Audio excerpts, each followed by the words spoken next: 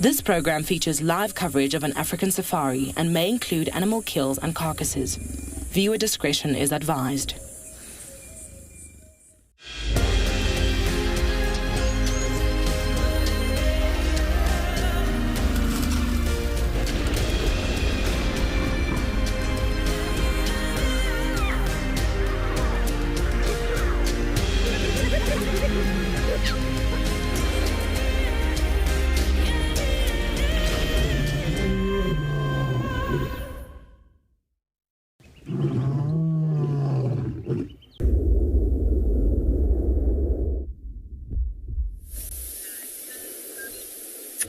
Welcome back to And Beyond Ngala.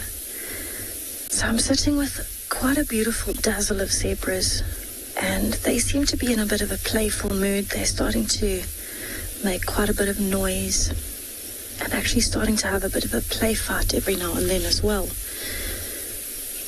But I actually stopped here because we heard the lions. And so we're just watching these zebras, and there's actually also some wildebeest to see if there's any reaction from them.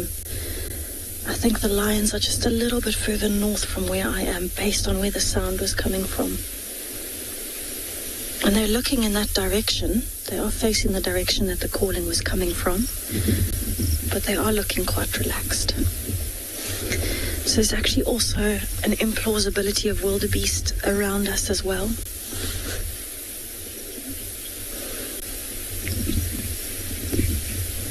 And there's quite a few calves here, which makes me think that if the lions were close, these wildebeest would have some form of reaction, because their main priority is always going to be to protect these little wildebeest calves. Babies are the main priority for any species. You can actually see those young ones are just starting to change color now. They're just starting to look a bit more like the adults. Where previously they were that beautiful sandy brown, now they're starting to go that silvery blue reflective color, which is quite stunning. There's actually still one little calf there that's lying down that has still got a bit of the sandy brown color. It's the smallest one on the left.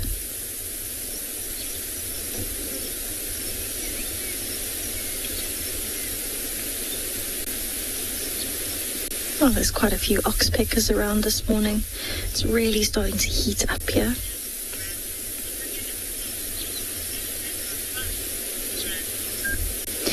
Randall, no, I've never seen wildebeest and zebra fighting each other. They actually coexist quite peacefully because, yeah, the oxpeckers are fighting. Fighting over prime position on that wildebeest. But no, I haven't seen them fighting. They would coexist quite happily because they eat different parts or portions of the grass. They don't mind being together. They also serve as each other's alarm systems, if I can put it that way. They would help each other when they're alerting for predators. So no, I've never seen a fight between zebras and wildebeest. I actually haven't seen many fights between different species, especially the herbivores, although sometimes you might find elephants might get a bit grumpy with other herbivores. So I've seen them fighting with rhinos and with buffaloes. So here we have a little lapwing that is eating in amongst all of the zebras and wildebeest at the moment. And it's actually unusual to see it on its own. It's a crowned lapwing, but normally they're in pairs, so I don't know where the other one is. But you can see there's quite a lot of cloud building up at the moment. The sun has come out temporarily, and so it is heating up quite drastically at the moment. But when the clouds are actually covering the sun, it's actually quite cold, and there is quite a wind building up as well, which makes me think we definitely do have some rain coming a little bit later. Ah, there's the other lapwing. So they are together, just a distance apart. So they're actually fiercely territorial, and they're one of the animals that is really, really good at alerting to predators because they are so ferocious and vicious at protecting their eggs.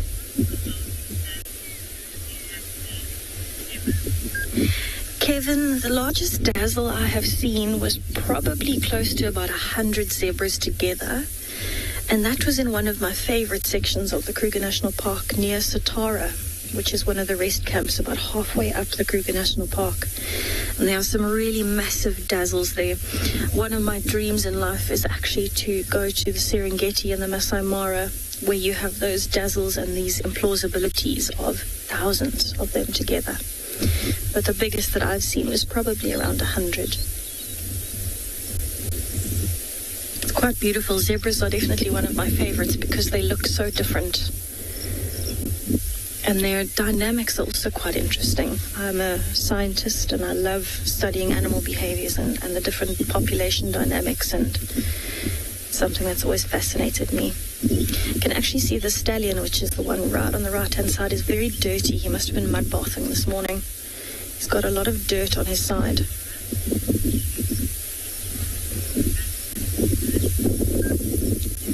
So I think what I'm going to do, I'm going to keep going to try and find the Birmingham Pride, and I'm going to send you over to a very active big cat with Steve.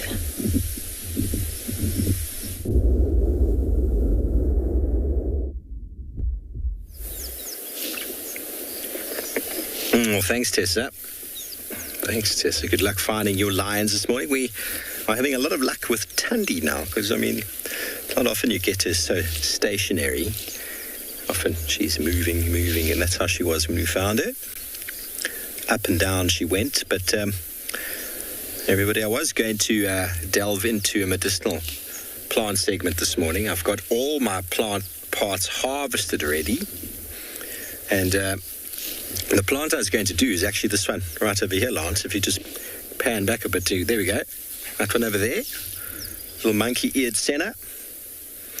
So I will be focused. I've got everything harvested, so as soon as I'm able to, maybe this afternoon, we'll delve into it. So I harvested my plants on Monday, bumped into animals on Monday, and now once again we've bumped into more cats. So it is tranquil. It is wonderful to spend time with these big cats, and wonderful to be able to spend time with Tundi and Maribs unattended, just us here on Gowrie Main, which is almost unheard of. This is the thoroughfare between the north and sort of the east and western channels here. So many lodges and landowners have access to this. And here we sit, just myself, Sebastian and Lance, with 2 leopards. Aren't we blessed? I think we are. I think we're very, very blessed. Hashtag, I love my job. Hey, Lance, you see why we'd like doing what we do? Yes. Alana, cats have got what we call a digitigrade structure. So yes, they are on their toes. You have a look at their track. What we see, we always talk about the 4 toes, and then you see the back pad. That back pad is actually the sort of, if you look at your fingers now, everybody, if you all just take your left hand and put it in front of you, and then sort of angle your fingernails towards you, you'll see that your fingertips are facing towards you, and then the back pad is sort of that second area of the fingers where it sort of bends up. That is what the back pad is, and then the hand itself is elevated on the leopard. That's actually up on the wrist, and then your thumb is their dew claw, where the claw comes out of the side. So that is actually another finger over there. So the reason why they walk on their pads or on their toes is for silence. It gives them a little bit more of a reach when it comes to moving, so that they go and walk a little bit quicker, and they can have a little bit more acceleration because they're jumping off the toes. If you've ever looked at a track of us running, when we run, we actually run on our toes. We don't run on our foot. Hardly any of our foot touches the ground when we're at full sprint. And so cats, they accelerate off of their toes. It's like spring-loaded. There, if you look at a foot now, actually, you'll be able to see that there in the front is actually the toes on the ground, and then where it bends is actually the fingers of the hand, and then on the far back you can actually see the other foot, but on the inside is, and up a bit on what we call the wrist, is the dew claw. So quite a bit, and almost everything you're seeing in frame right now would be regarded as the hand. of the leopard, which is very interesting. And it goes up in the elbow, and it's all the way up there, and then up into the shoulder. So there we go. You can actually see it quite nicely now. And you can see where the wrist. Okay. Now, you know, we always talk about I'm tippy-toeing around. How do you tippy-toe around, everybody? You're on the tips of your toes, aren't you? So if we walk around on the tips of our toes, that is what cats are essentially doing in their track. And all that other pad on the back there is the rest of the hand. Obviously, the tips of their fingers are a little bit broader than ours, but the pad is there designed for silent movement. Now, she left her boy in the thickets behind us, and she's walking down the road. Where she's going to go in the heat is anybody's guess, but we will... Okay, she's going to come into Torchwood. We're going to sit in the shade of that silver cluster leaf. She's definitely hungry, everybody. She obviously caught that impala, and her little boy ate it all. And now she just wants to eat some more.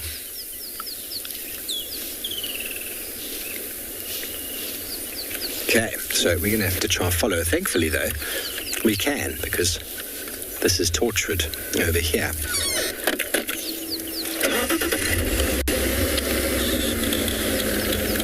Wild woman, it seems to change slightly, the coat. When they're young, they seem to be full of spots. And as they get older, those spots tend to get less spaced apart. Or should I say more spaced apart. You start getting a little bit more golden through. But there's also genetic sorts of variation in the different coats. A little bit of a dip over here. There's also genetic variation, depending on who dad was and who mum was. And it almost seems the older they get, the more washed out the coat gets. But she goes over here. This is going to be fun. Lance is going to love following Thandi off-road. Seb was saying to him just now, it's nice that they're sitting still like this, but as soon as she starts doing what Thandi does, I think she's maybe picked up on the sounds or smells of something. And just like that, once again, she's gone.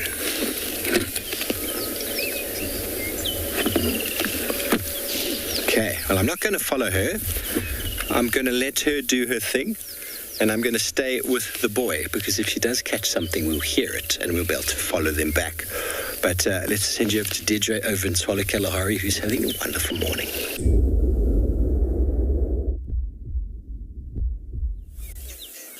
So we just have so many of these sociable weavers' nests at Tswalu, but each one is sort of an architectural marvel on its own. Just look at this one. I mean, it's a tiny little boskia, a shepherd's tree, and the nest consumes almost half of the tree. So we haven't heard or seen any birds at the moment, but that doesn't necessarily mean that they aren't out actively foraging at this point. So they'll leave the nest as a group and make lots of noise, and the group moves together to go and find either insects for the chicks, but they themselves as adult birds are actually eating grass seeds. Looking for both at the same time, and then if there are lots of chicks, they'll be bringing back little insects for them. But I'm not hearing anything at the nest, so it might well be that this nest is actually inactive. And yeah, they can choose to move on for whichever reason. Maybe they've exhausted a food supply in their area and they feel that they're building somewhere else. But it is there's no audio here, so they may well not be here at all. So we always stop and have a look at these nests, because sometimes you see a Cape Cobra tail hanging out, or the Cape Cobra's head is sticking out because it's been busy looking to find and see if there are any chicks to feed, and also worthwhile stopping at because there may be raptors or something that's trying to nest on the top of the nest. Haley is asking the question, why is it called a shepherd's tree?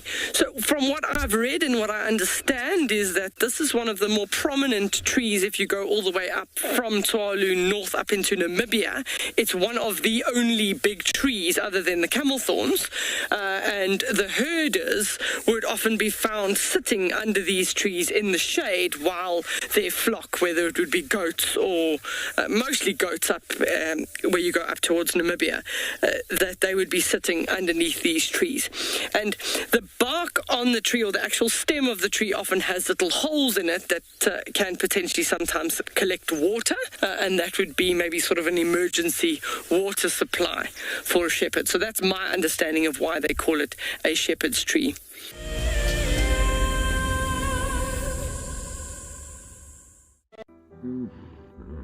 Nestled on the banks of one of the largest lakes in the Sabi Sands lies an award-winning game lodge called Tswalu. Many of you will have been on safari here virtually with Wild Earth, but now we are offering you the chance to see it for yourself in person. Sign up to be a Wild Earth explorer before the end of April, and you and a friend could win 3 nights to this luxury lodge.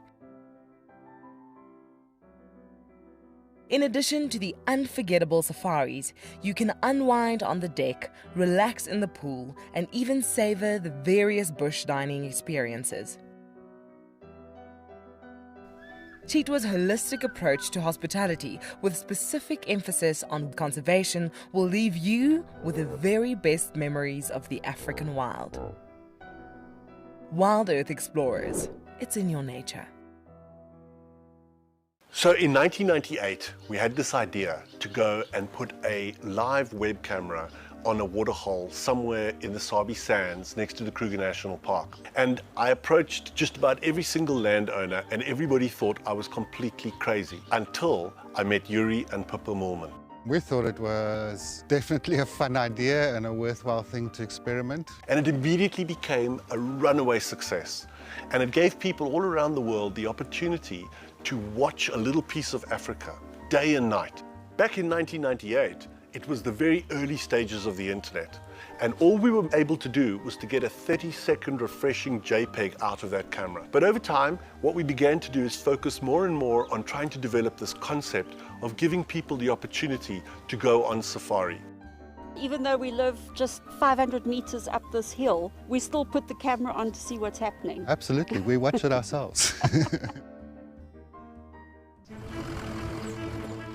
My name is Taylor McCurdy and I work for Eco Training. I love hearing from all of the viewers. However, I particularly enjoy those of you who have been watching for a few years. Your questions are just so advanced and they really get me thinking. If you'd like to ask a question on Wild Earth, you need to register on our website. Once you've done that, head to the live safari page and submit your questions below the live feed.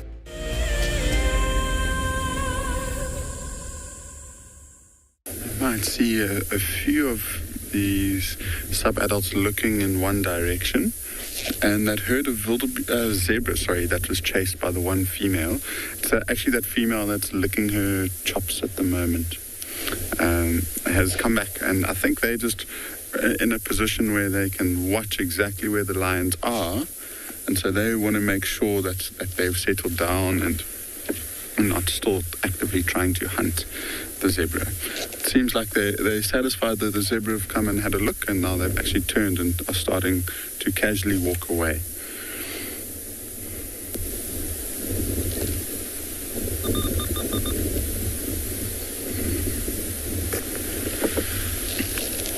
So by far the fullest of this group are the 3 males.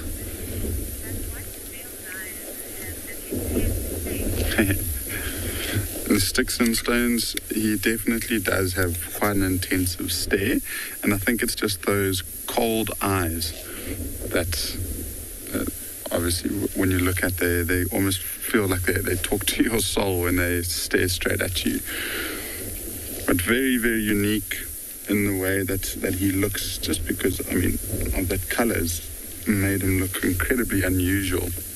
And the thing that I like is the mane around him that's starting to grow really nicely is also pretty much white. It's like an off-white because it's quite dirty at the moment, but it's not going to change color with age. It will stay like that. And so he is going to be a really majestic male if he ends up making it.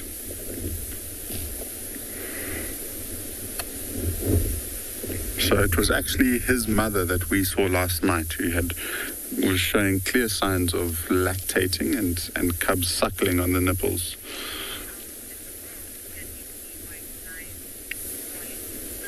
And Molly, the white lion genetic is only naturally around Kruger National Park. And so, I mean, as it stands, there are 3 adult or sub-adults to adults that we know of. And then at the end of last year, there was 1 cub that was spotted, but that hasn't been seen again. So there are pretty much only 3 wild lions that are naturally born. This is pretty much the only place in the whole entire world that you get to see these natural white lions in this area.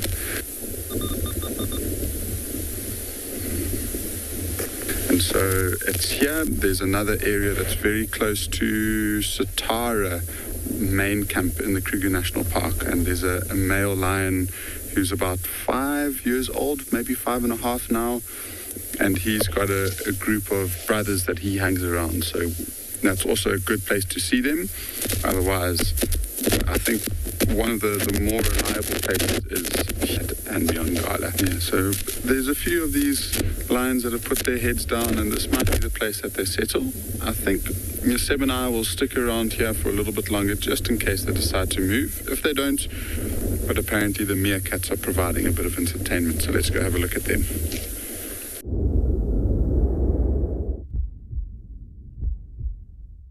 Guys, have a look quickly at how all of the adults are looking in the one direction. Okay, now not the mom anymore, but most of the adults are looking in the one direction. There's some birds mobbing something in the tree, which is about 30 meters away from us. I don't think we'll be able to see it now, but it might be something like a little owlet, or there's also a sociable weaver's nest in that tree. So it's very possible that there might also be a snake somewhere there.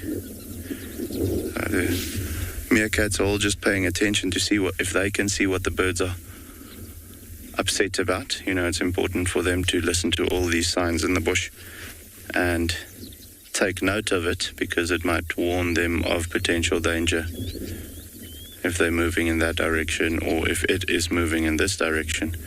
So yeah, very important for them to not only use their eyes to spot danger, but also listen to all the different alarm calls or signals in the bush that'll help them stay alive.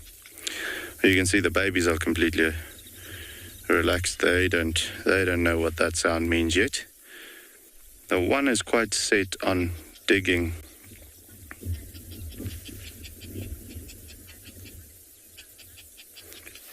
Did you catch that? Gwen, just repeat the message. I didn't catch the middle part.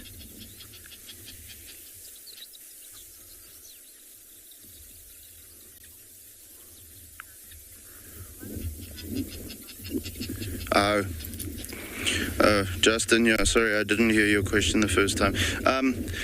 As you can imagine, with the meerkats being quite small, their chances are lower than what you'd want them to be.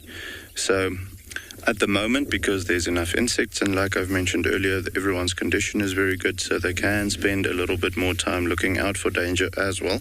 The success rate is a little higher, but I'd say typically it's around, if we have to talk about a percentage, it's going to be around maybe 30 to 40% success rate for the little ones to reach adulthood. So out of this group, if you had to work hard statistics, you might have 2 reaching adulthood, which I know is a 50% success rate, but we can't necessarily say 1 3/4 of them are going to make it. So I'd go for 2, but normally what you do find is if a group is as successful as it is right now, you'll find the entire litter making it.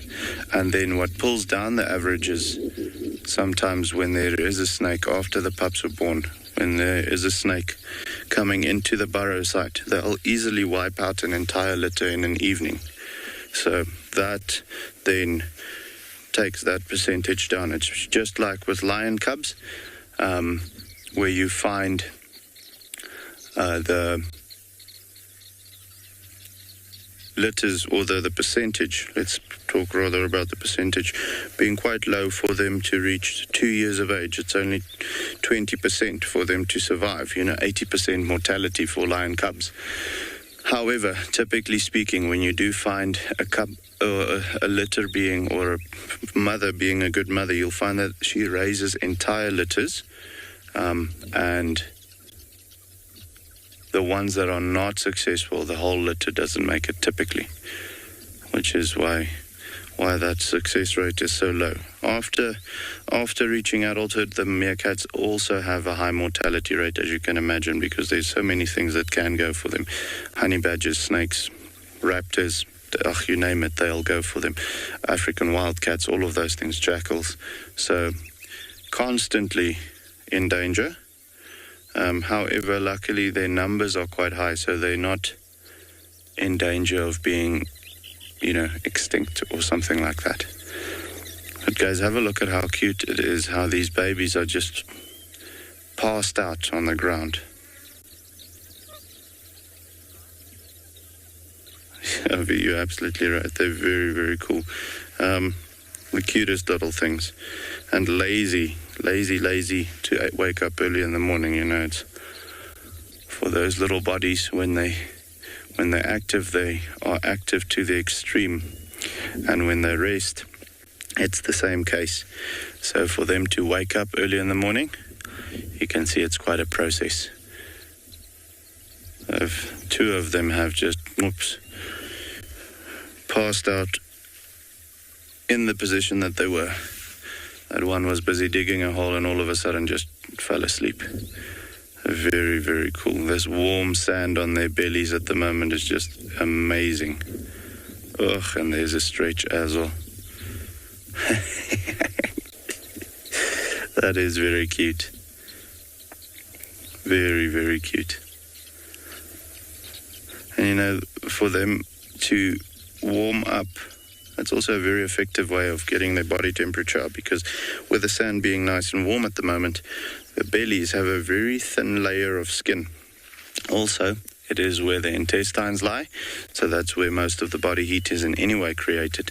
So with that being the case, when they heat up that even more, the body temperature rises quite quickly. So then they can start doing what they need to do, or they can get to that point where they're so comfortable that they fall asleep just there where they lie.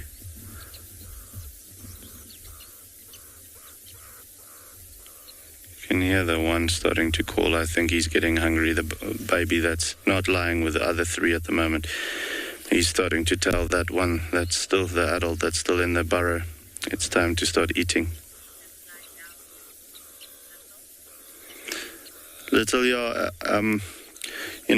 Typically when we have them in the mornings, it's just after they've spent a whole night sleeping. So with that being the case, they don't always display behavior like they're doing right now, which is quite special to see.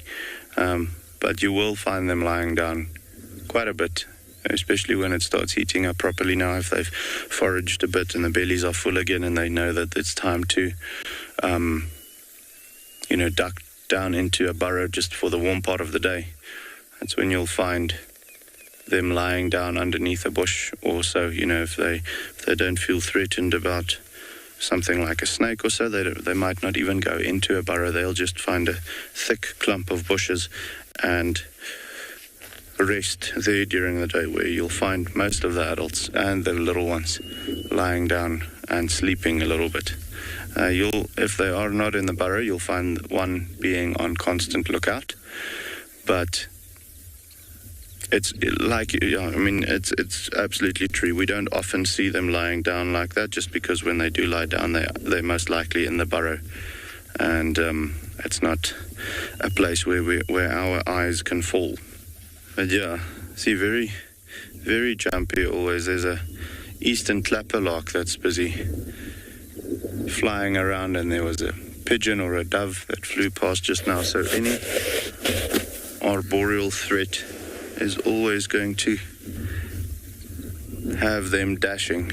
The wind is also picking up slightly, which will make them a bit more paranoid, not for us necessarily, but also, then their sense of hearing does go away a little bit, because everything is making sounds. Even the wind is making a noise in your ears. So you can imagine, for them having such sensitive hearing, when that gets taken away, they are going to be a little bit more paranoid.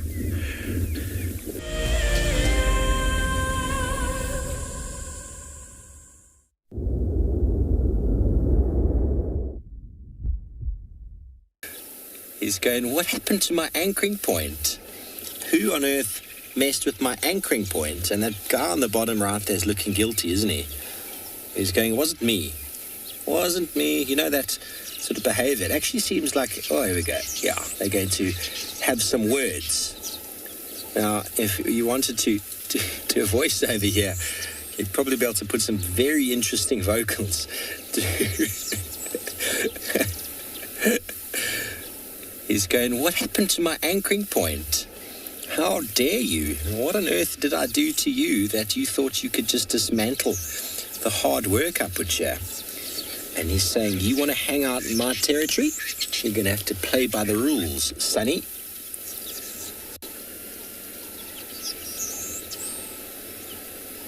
Okay, he's now, they often will also strip the end of the branches off, stripping all the leaves and vegetation. This tree is dead, so they haven't needed to do that, but they do that with some trees. They often make an enormous mess if they're in your garden. And if you ever have palm trees or trees like that in your garden, some species of weavers will strip the palms for making the nest, because the palms essentially make very long strips, which are probably more beneficial. Here we go, he's starting again. Have a look, it's the beginning. It's the most important part. See, he's just taking a small strand of vegetation and wrapping it around, tying knots.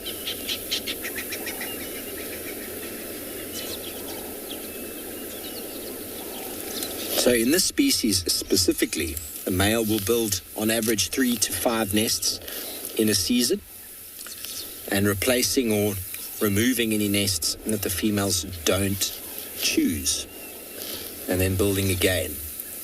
I've seen footage. Oh, okay, now let's see how long that lasts. If his friend's going to come and say, I don't like your bit of grass hanging here. It's not a very good piece at the moment. It was much better before his anchoring point.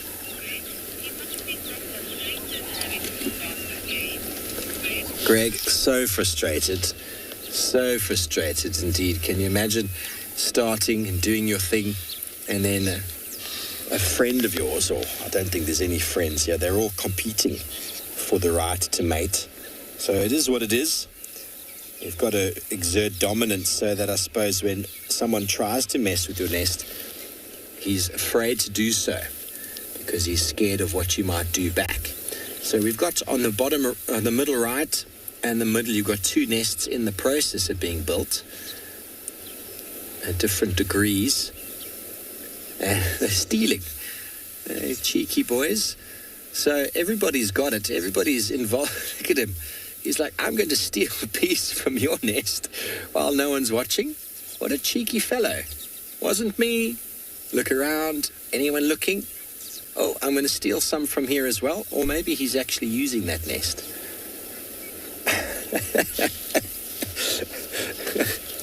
Reminds me of growing up with my brother. He steal things from me when I'm not looking and then claim innocence. It wasn't me. Must have been somebody else. Oh, nature is wonderful, isn't it? I love you, my brother. Greg, out there, if you're watching. Okay, so,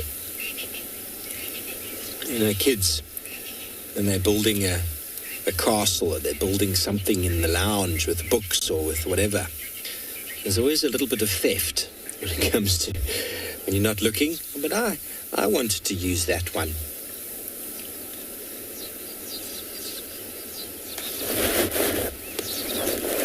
Okay, look at the weaving. Indeed, Kim. Exactly like siblings in a household. Always. There we go. He's back with a much better piece. See, that looks identical to the string or the strip that I had before. And now he's got to figure out how to... Oh, he's like, hang on. Okay, over here. Through there. Look at that. Look at that weaving ability. Phenomenal. Tying a little knot. Pull it through. Now pull it nice and tight. Through one more time. Yes. Nice anchoring point. One more time.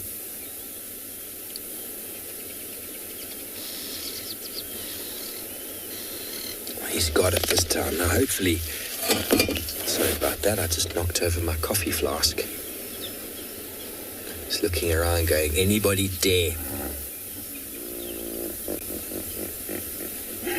Here he comes again. That fellow keeps coming from the bottom right, doesn't he? And pretends he's not really coming. Okay, so those two pieces, he had that thin little strand. Now he's integrating that with the thicker. Chris, it's not too difficult, actually. I mean, they just grab a piece of grass off of the grass stalk and they fly across with it. We'll try and get one in frame as they fly in, but it's as you can see them flying just with this little bit of nesting material dragging behind. It's not very heavy. It's very doable. But it means that they can only bring one, maybe two strands at a time. So it's a very long process.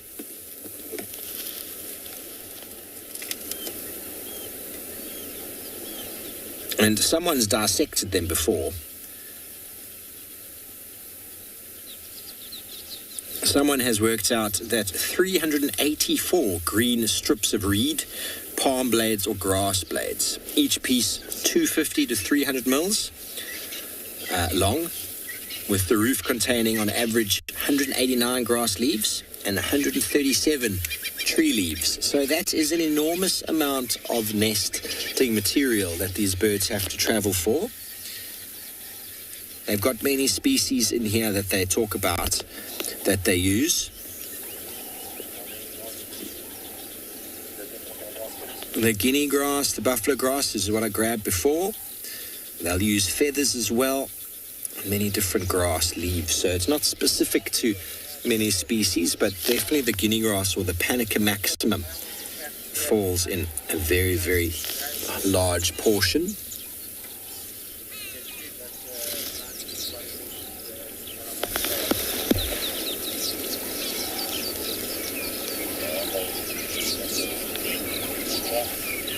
Lioness, it is amazing. We like spending time watching birds building.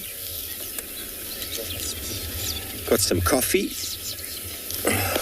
And Paul's got some snacks. So we're well placed. There we go. Look at that nice long piece he's integrating in there now. Slowly comes together. You know, if you've ever built a basket before, not that I have, it always looks a bit messy in the beginning. But as it gets integrated and woven, slowly but surely starts to take shape until it's the perfect shape. The male thinks so, and the female comes along and says, no, I don't like it. Destroys it. Instead of sulking, he just carries on, builds another. So there where you can see the males hanging underneath, flapping their wings, that's what happens when there's a female watching. And she's investigating, going, okay, nest 1, 2, and 3.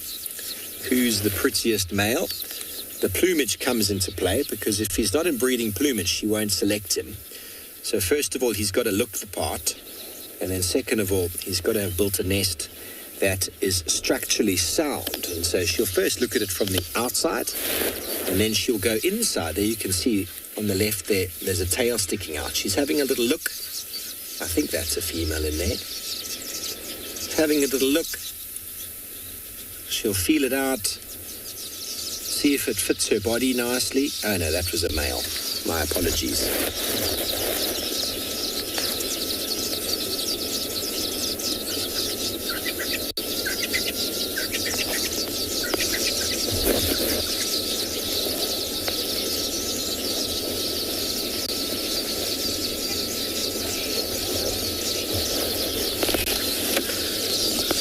I'm not certain, but I mean, small birds like this live for far longer than many people think. I mean, I found out recently that Indian miners can live up to 18, 20 years. They're quite a small bird.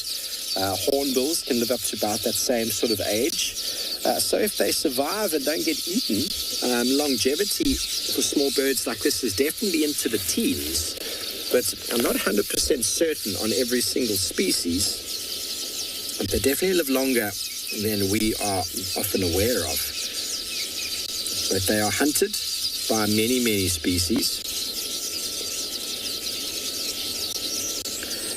specifically goshawks, sparrowhawks, and the like.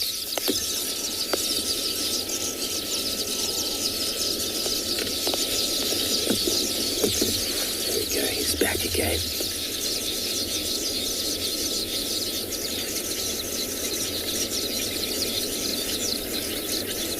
He's got some pretty good acrobatics there. Oh, look at that.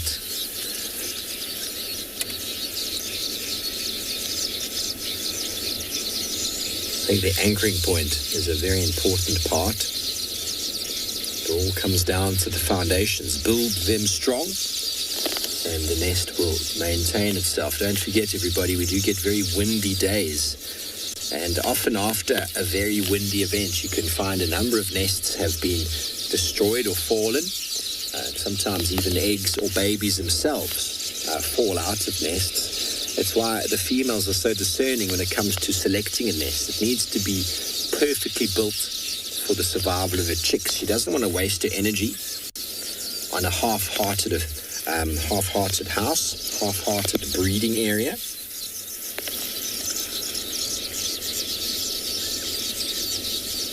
So males, I think, who build it a little bit too quickly aren't going to have the exact desired nest at the end.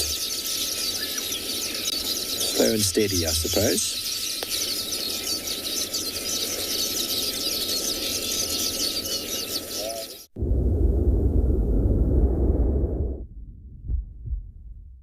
So I found this zebra who is moving rather slowly in the road, and it almost looks like it's got an injury on one of the back legs, although I can't see anything obvious at the moment.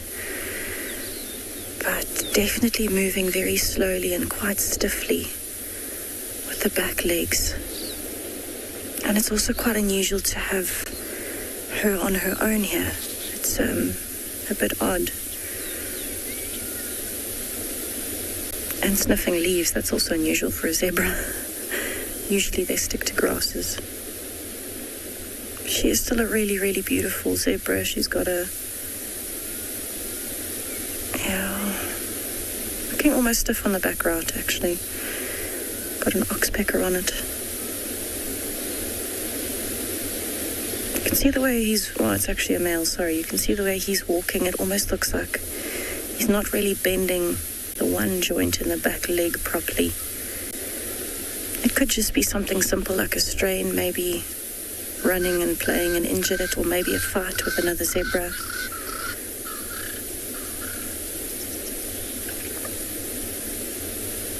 Those oxpeckers are having a bit of a fight on his back.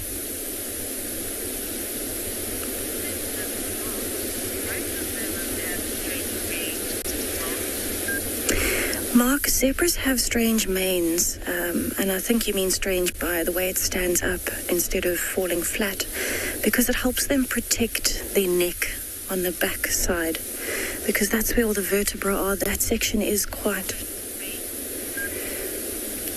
Oh, straight manes, apologies. They have straight manes to protect their necks.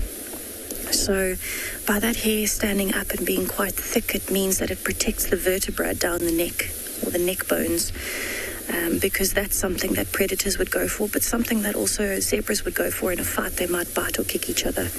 And you can actually tell a lot from the mane of a zebra. If it's straight up like his is, it means that he is actually healthy. He's got enough nutrients. But if it's starting to flop over, that usually means that he's not so healthy. So it does tell a lot about a zebra, but any form of hair that is different on any animal is usually there for a very specific reason. And where his mane is, it wouldn't be for fly protection, like his tail would be for flies and pests. On the back of his neck, it would definitely be for protection from predators. It's actually amazing. You can see that oxpecker running up and down his front leg, jumping between the two. And those oxpeckers, as much as they tolerate each other, they might actually even be territorial in a sense over him. So I'm definitely going to stay here and watch for a little while longer just to see if there's anything obvious with the zebra that might be the cause of that stiffness.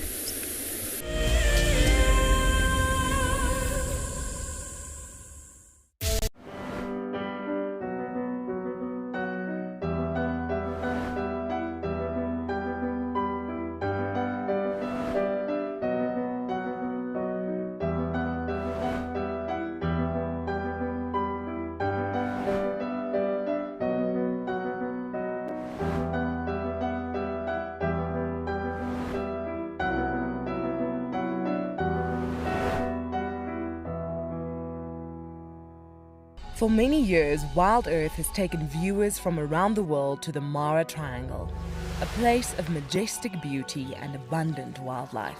But it wasn't always like this.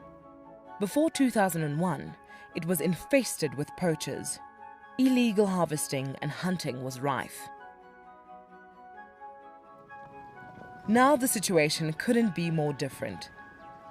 The hard work and dedication of the Mara Conservancy has revolutionized this magical land. But now, the loss of revenue from tourism has created a grave crisis. The Mara Conservancy needs help if they are to continue protecting the reserve and supporting the local communities whose livelihood depend on its survival.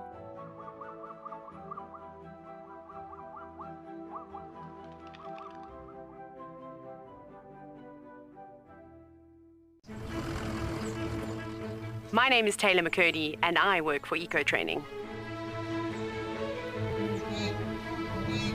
I love hearing from all of the viewers. However, I particularly enjoy those of you who have been watching for a few years. Your questions are just so advanced and they really get me thinking. If you'd like to ask a question on Wild Earth, you need to register on our website. Once you've done that, head to the live safari page and submit your questions below the live feed.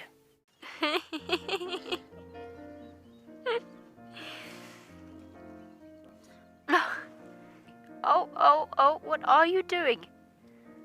Are you trying out for the ballet?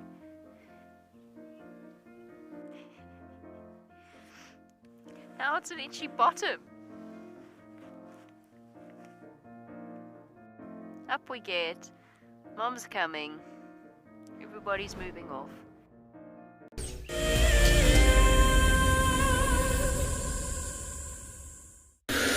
Well, what a relief.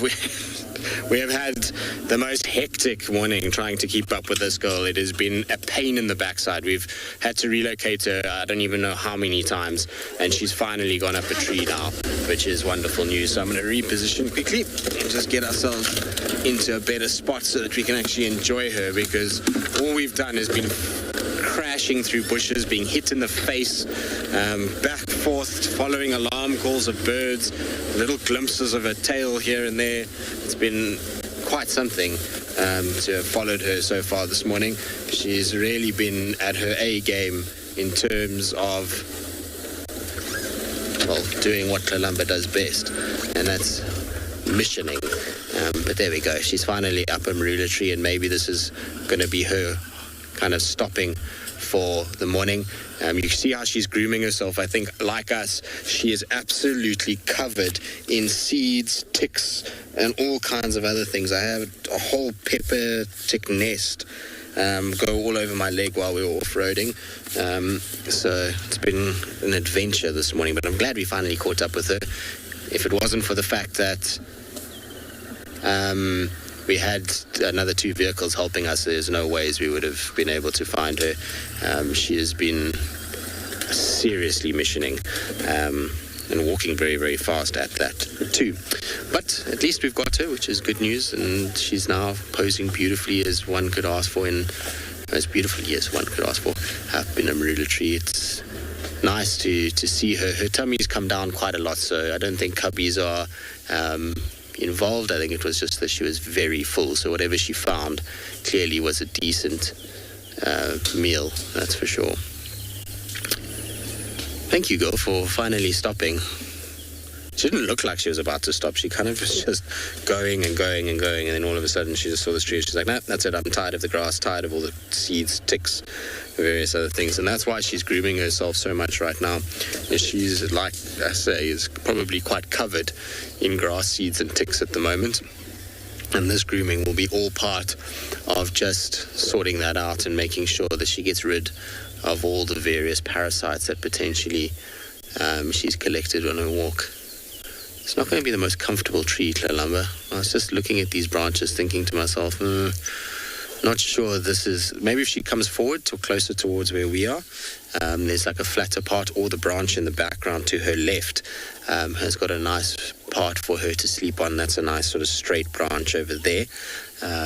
But where she is right now is way too much of a slope. She won't be comfortable if she sits there. But there are a couple trees here that will, a couple branches that she could potentially get up to. She just needs to go a little higher if she wants to do so. Cool though, isn't it? To see that little candy cane tail just hanging down, silhouetted against the sky.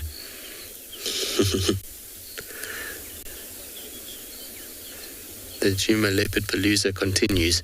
We've really been spoilt of late, and like I say, this morning was such a cool track. I had such fun tracking her this morning. Jerry, I'm not sure what you mean. And do you mean the leopards within the area as in the females to one another, or are you talking about leopards in this area versus other areas? It's 2 very different things. In size, also, this is it's such a relative thing because, when you see a leopard like this by itself, you think of it as a certain size.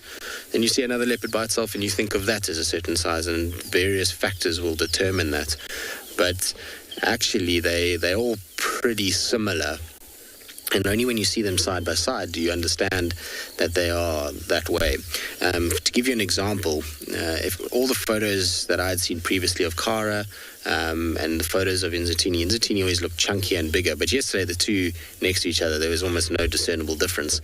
But if we had to really kind of look at it, I would say probably, are you going to lie there though? That is a comfy branch. That's the good spot right there. If I was going to look at it, I'd say probably Tlalamba, Shadulu would be probably the biggest, followed by Insele and Tlalamba, and then Tandi. Although Tswalu actually is probably bigger than Tlalamba too, so it would be... that would be my kind of Shadulu and Tswalu on top, and then slowly filtering them down from there. If we did see Tiani, she's also quite a chunky cat, so she would be up there with Tswalu, but we don't see much of her. Inzatini's still growing, Kara's still growing his hyena now. That's typical when you've been off-roading a lot. Hyenas generally arrive and see if it comes towards the tree. It's just walking in the background. We'll see if it starts to make its way here. I can't see which hyena it is. All I can see is 2 ears walking through the grass. There is really no way to tell what hyena it is. It's just that it is a hyena. It's June with her floppy ear. Hello, June. So we know you're not at the den then. Look how she's nose down, picked up the scent of a leopard. Oh, there's a leopard in the tree. Hello, leopard. Do you have a kill? Smell the air? No kill. And off June will go. She'll carry on and go and find something else. They're pretty quick to discern whether or not a leopard has a kill. When they see them in the trees like this, they just look around, notice that there's nothing going on, and then very quickly move on and find somewhere else. she has made herself as comfortable as possible, and I wouldn't be surprised that she spends most of her day here, unless it really starts to rain this afternoon, which is predicted, for a little bit of sprinkles. She might stay, like I say, might stay there until much later today. If it had been a hot morning like yesterday, I think we would have definitely seen her staying here, but we'll see how she goes. I'm going to come to the base just to check though. You can see the size of her in comparison in terms of her bulk. Talking about like sizes of leopards, often people wonder the size of these adult female hyenas. They are big creatures. You don't realize it when you're in cars until you... are you upset with her, my girl? Telling June to go away. But when you actually see them kind of in the same sighting together, you realize that these hyenas are not small. They are very chunky animals, and are built like little tanks. June, where have you been eating? Because you're like a little barrel. She is very full. I don't know where she's been feeding, but wherever it is, it's obviously been a big meal. Which is good news, because obviously June's nursing a cub. So you always like to see moms well fed and happy and healthy. It always makes for a good, happy story. Kalamba, have you prepped for the cyclone, my girl? Maybe that's why she's been on such a little mission this morning, just checking out areas.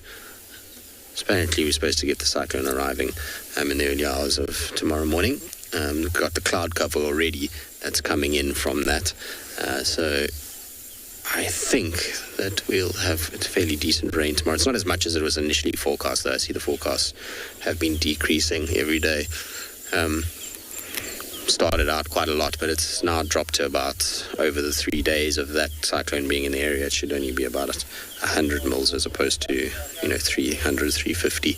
That was at one point predicted. Still 100 at this stage after all the rain we've had will be a lot. It will cause a little bit of flash flooding, particularly in the drainage lines. The water table's high at this stage. And I always find it fascinating to see what animals do in those conditions. I think we're going to find a lot more of this, leopards particularly in trees. Even sometimes when it gets really wet, when we had the 2012 floods, we started to see some of the lions climbing trees too, just to get out of the wet grass for a change. I remember having the Styx pride once, all in a tree. The whole pride was lying up, which was pretty cool, in a Maruda tree. So sometimes you can see it with them.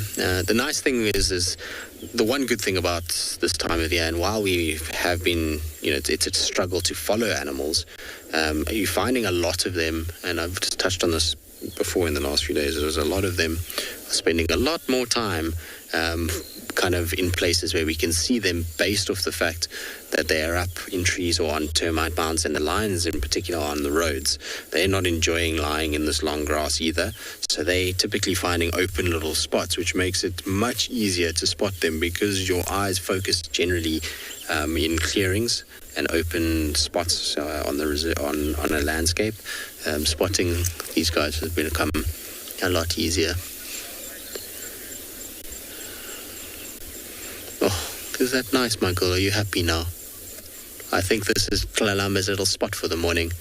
I'm so happy because where she was going as well, we were about to lose her. If she went another 150 meters from where we are right now, there was no way of following her any further. She would have gone into an extension of the Mulawati that's not possible to follow cats. We've tried many times. It's not something that can be done. And so, I'm glad that she decided to go up the tree. That's why I was a bit stressed that we would have followed her all this way and then we were going to lose her. But luckily she's decided to take it easy. Spoiled us with being in a tree this week at Kalamba. It's 2 out of 2 sightings that we've had of you. Also, what's interesting is how far she's walked during the night last night. She was seen briefly yesterday on Buffelshoek. Late yesterday evening, and the amount of distance she's covered since then is quite remarkable. She obviously walks a lot more than we even realize at the moment as Kalamba, and that's par for the course. A young leopard like this, still kind of figuring things out, still looking for partners to mate with. She hasn't had her first set of cubs. As soon as she has cubs, her area will localize a lot better. She's not going to be as widespread as what she is at the moment. At the moment she's going from, and where we found these tracks today is Treehouse Dam, basically.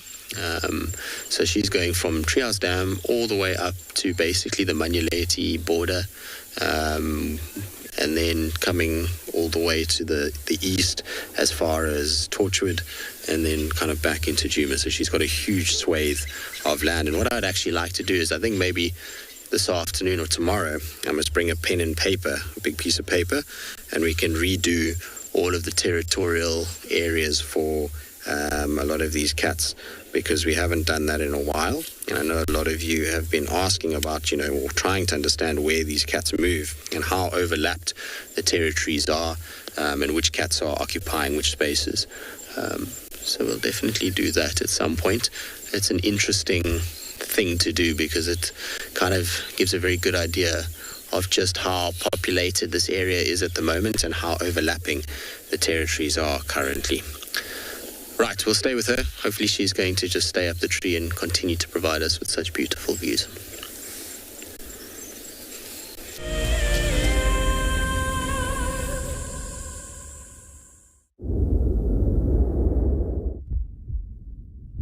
Good afternoon, everyone. It is a beautiful sunny afternoon here at Tswalu Kalahari, and we have found the female spotted hyena. We went by the den quickly to actually try and see if she was there. By the way, guys, my name is Maurits. Behind the camera, we've got Craig. We went to the den quickly to see if she was there, but no luck. And then actually on our way back towards the area where we left the lions, we found her ducked in underneath this blackthorn, hiding from the heat a little bit.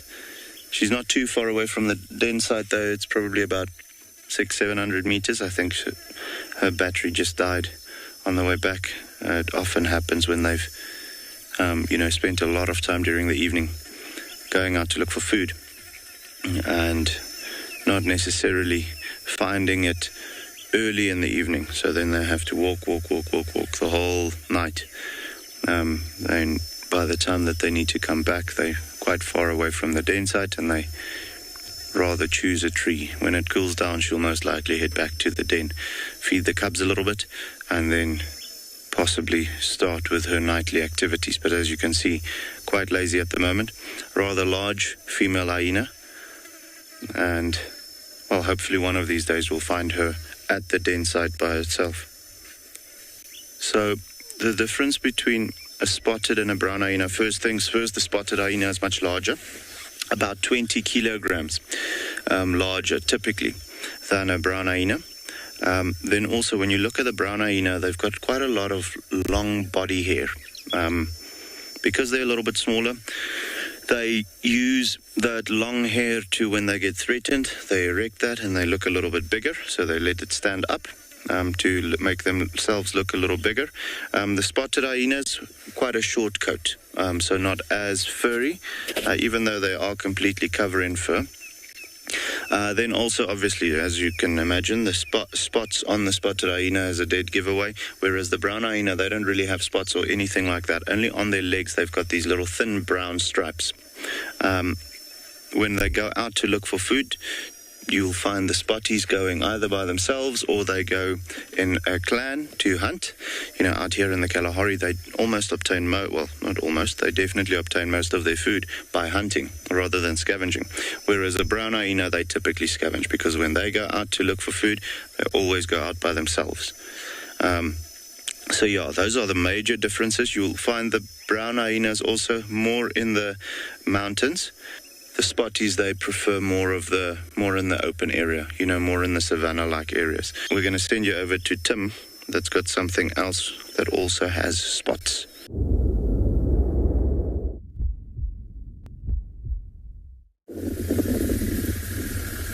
Welcome back to and beyond Pinda Private Game Reserve. As you can see, we've had a very successful afternoon in that we found some cheetah, which was our plan going out this afternoon. Not actually the cheetah we were looking for. We went looking for that female that you saw a little bit earlier, but instead came across these two males. As you can see, they are fast asleep though. see they've got very full bellies. We're having a look there. In fact, the one on the right seems to be a little bit more full than the one on the left, which makes me think that whatever they caught wasn't massive. Might have caught something this morning. Just having a look on their faces to see if there's any dried blood, but I don't see anything that's standing out. So probably something small that they caught this morning. Not enough for both of them to feed. A huge amount. So maybe a small female impala or even an impala lamb or something. But they are taking a well-deserved nap in the meantime. And this is the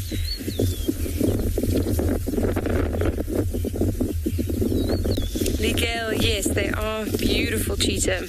And these two are actually quite new to the reserve. When I say new, we actually released them a year ago. But since lockdown, we've missed many months with our animals, so they're still new to me. And we released them to bring new genes into the reserve. So they are two new south males. They're quite old. One is 6.5 and one is 7.5 years old. So that brings us to quite an interesting story about the fact that these two aren't actually brothers. Now, most times when you see cheetah in coalitions, they will be brothers. There's a few cases in the wild of, nomadic males joining up with another male and forming a coalition naturally. But generally what happens when you see males that aren't related in coalitions, they are forcibly bonded in a boma area. It's a strategy that you use in game reserves. And it sounds very unnatural, but it does give cheetahs the best chance for survival. So what will happen is there's an enclosure in the actual reserve itself, and those two males, if they lose a member of their coalition, or perhaps they're born into a litter with only females, so all the other siblings are sisters, so they don't form a coalition from birth, they might then be put in the boma area with another cheetah of a similar age.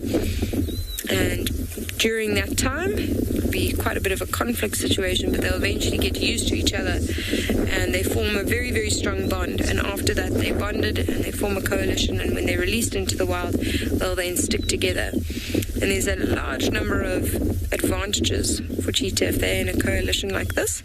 One is that, we always look at cheetah, they are very much fragile animals. They've got very slender limbs, very small teeth.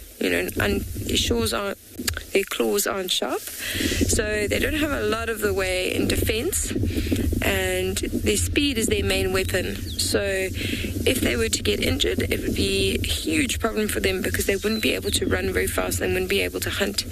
So this is the very big advantage, is that if one gets injured, then the other one can still hunt, and they will feed quite happily alongside each other, which is amazing for them to do. I'm sure you've seen many of our videos of lions fighting over a kill, and you wouldn't actually see this happen with these two males. But we are going to quickly send you over to Tristan, who's got another cat that's actually displaying some interesting behavior.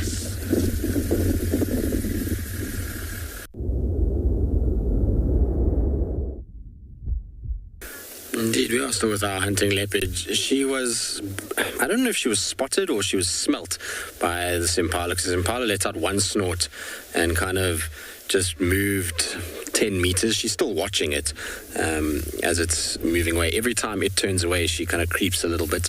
So the hunt is very much still on. And I think she's going to do this the whole evening. You're going to find that she's going to be up and down and moving around and literally just stalking everything that is on these open clearings. The grass has gotten so nice and long now for her that it's easy. Look at her trotting. Where are you off to? Don't go in here. Please don't go in this area. You can stay on the road. She's going to hopefully leopard crawl right past us. This cat has zero kind of worry about being close to a car. You see how she's always looking over her shoulder to make sure she's not being shouted at? It's amazing to see how they are so aware of their surrounding. Now the impala has spotted her. You might hear this impala starting to shout because it's just turned and kind of perked up completely. And you see how her body language is changing. There also is another cat around somewhere, because while she was down in the grass, there was a monkey's alarm calling. They're far away, they're not close. It sounds like somewhere, maybe Elephant Plains, Mambili Cut Line, somewhere there. Monkey's also shouting, so maybe there's another cat. There you go, there's the impala shouting at her now that she's scratching her claws. Unfortunately, though, where she's heading, if she goes deeper in here, is not going to be possible to follow her. It's a drainage line that is going to be completely flooded, and there's no way that we're going to keep up through that thicket. I'll try our very best to follow her for a bit, but it's really not going to be easy at all to follow through here. It's a pity that she came down. I was hoping she was going to stay up the tree for a little bit, just so we could spend some quality time with her. Most of the sightings we've had are fairly brief, just sort of late in the drives, or she's quite well hidden, or we have issues with, you know, where we are, and because she goes down into these dips and the signal becomes a bit of an issue when we go down in there. But you can see the whitetail. You might hear the impala shouting behind me as well. All right, I'm going to try and keep up with this leopard. We'll see where she goes. I'm not that confident we'll keep her. In the meantime, though, let's send you to Kim, who's having a much easier time of it with her spotted cats.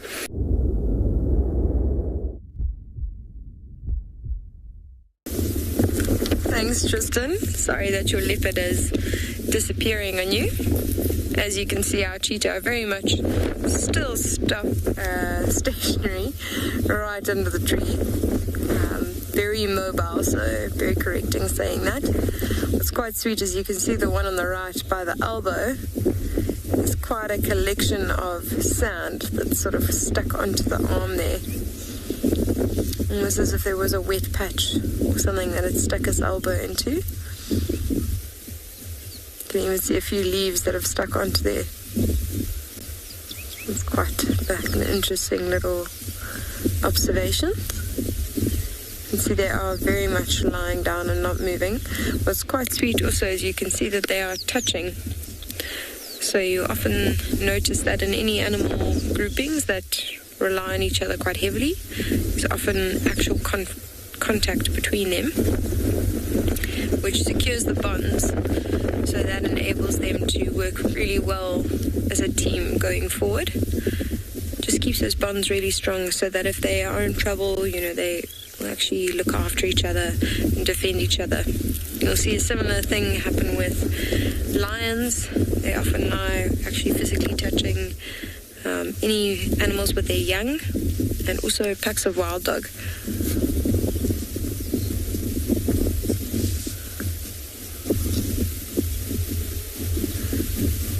These two really do have the most beautiful coats though, so if we look at those coats carefully, you're just looking at a leopard, I'm sure you noticed how beautifully it blended in with that rosette pattern.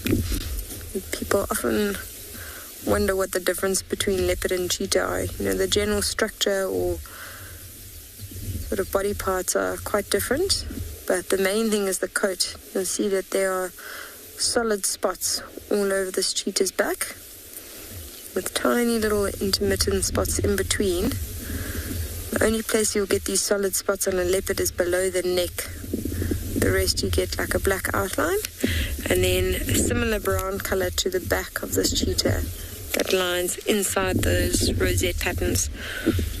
And that's what gives the leopard the most amazing camouflage. Cheetah is still fairly well camouflaged, but as they're two solid colors and with quite distinctive spots, it's not as effective as that rosette pattern that you see on the leopards.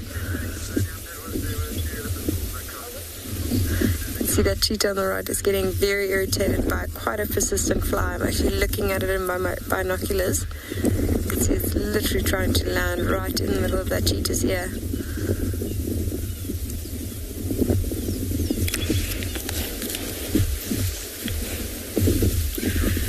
What's interesting to note in this particular case as well is the body language of these cheetahs.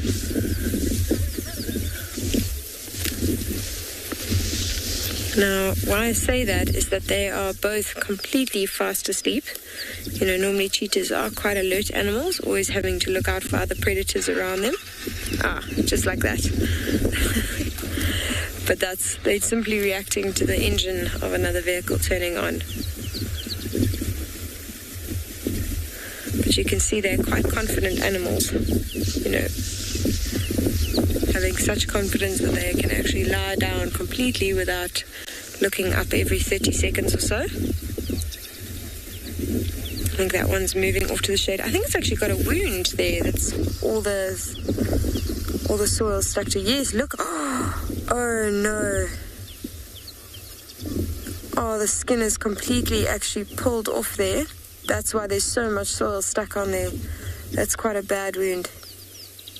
And I'm trying to think what might have actually caused that. It's very recent. You can see it still hasn't healed properly. It's not bleeding at the moment, but I can't see any scabbing over the top there.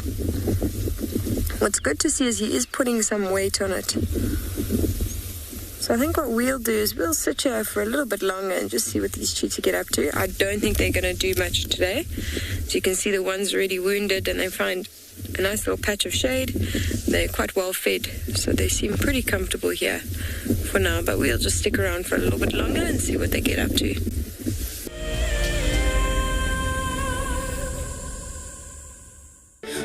When on safari, there is nothing better than an evening spent under the stars chatting around a fire, with the sounds of the wild all around you. If you sign up to be a Wild Earth Explorer, you can build your own memories by joining our guides for regular fireside chats. Subscription payments can be made by PayPal, credit card, and now bank transfer. Wild Earth Explorers, it's in your nature. I was quite surprised and excited to learn that I had won the Wild Earth prize for March. My wife and I started watching Wild Earth during the lockdown, just to allow us to get out of the day-to-day routine and enjoy some of the bush sightings. Our favorites, of course, are watching the birds when they show them sometimes, and especially the leopards. That's always nice to see on the show. She will definitely be going with me, and I'm sure we're going to enjoy all aspects of the prize, as we don't get out into the bush often enough. Thank you very much, Wild Earth. My name is Lauren and I'm currently working in Tswalu Private Game Reserve here in South Africa. I love answering your questions during the live safaris. It's my favorite part. It feels like you're on the vehicle with me and I'm able to teach you exactly what you want to know. If you want to ask a question on Wild Earth, then you need to register on our website. Once registered, you must go to the live safari page and ask your question below the live feed. What are you looking at, man? That's its gangster face.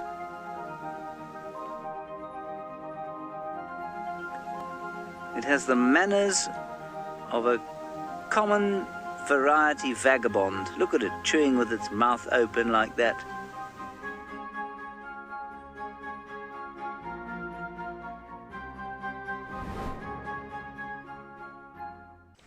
Hi, I'm Kyle, and I come to you live every day here from Tswalu Kalahari in South Africa. My favorite bird has to be the sociable weaver.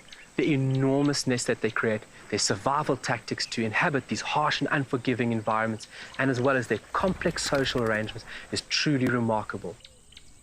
And the interconnectedness with the ecosystem shows us that we are too. Catch up with the guides daily here on Wild Earth.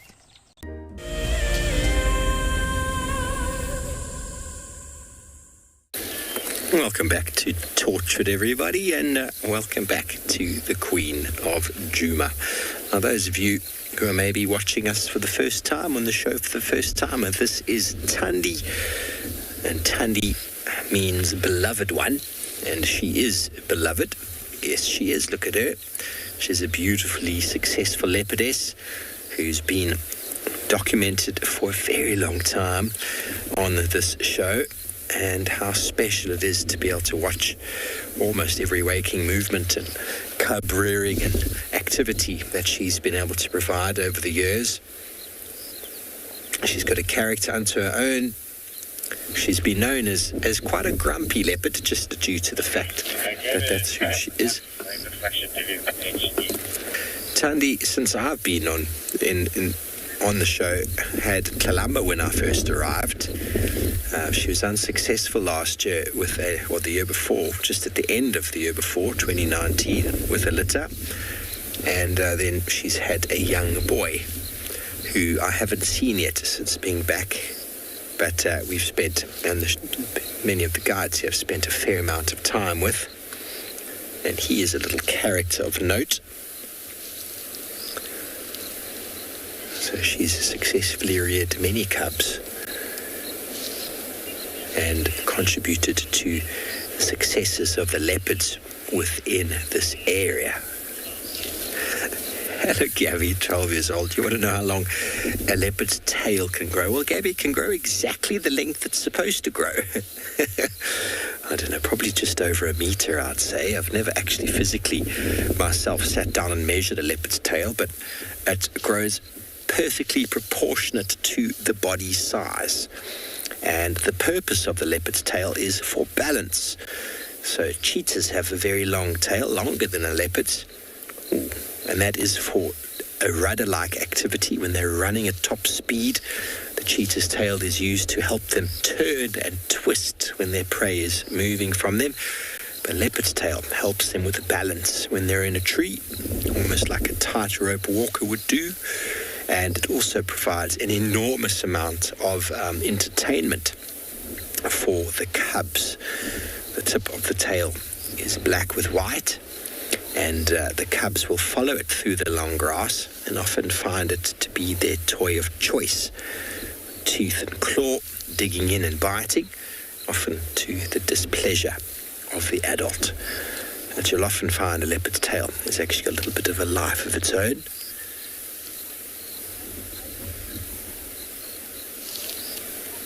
Oh, you got something in your teeth. Oh, okay, she's going to get up in a few moments. Generally, the precursor to movement is a yawn or two. And she's been looking in this direction the whole time. So she's going to walk straight past us. LT, you want to know if leopards pass on behavior? Well, leopards are very sort of instinctive. So a lot of what they do naturally comes naturally to them. But there are definitely certain behaviors, I suppose, that can be passed on, specifically with regards to areas that they will frequent.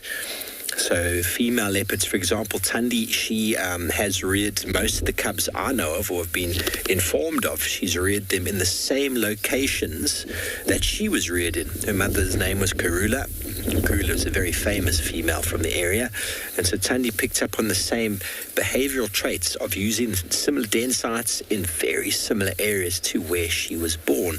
So whether that's picking up on behavior of the mother or just familiarity of the area is hard to tell. But the way leopards kill, the way leopards hoist, the way they do many of the things that they do, a lot of that comes naturally to them.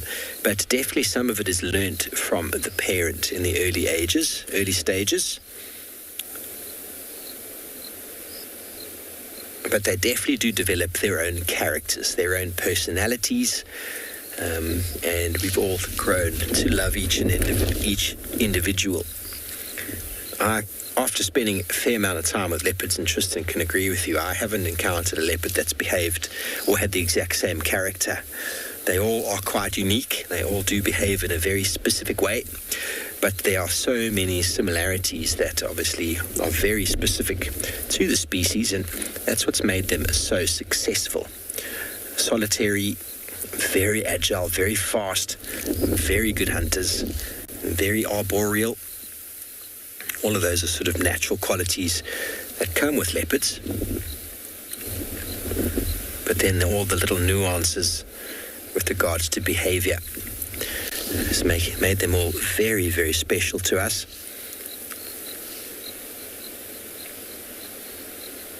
For example, many of them will use termite mounds for elevation. That's just a way of getting higher. Mikanova, you want to know how we determine age? Well, it's hard to tell if you just came across a leopard to know the age, but you can kind of work out cub versus adult. And teeth is a good way to go by. For example, Tandi's teeth are quite worn down due to age.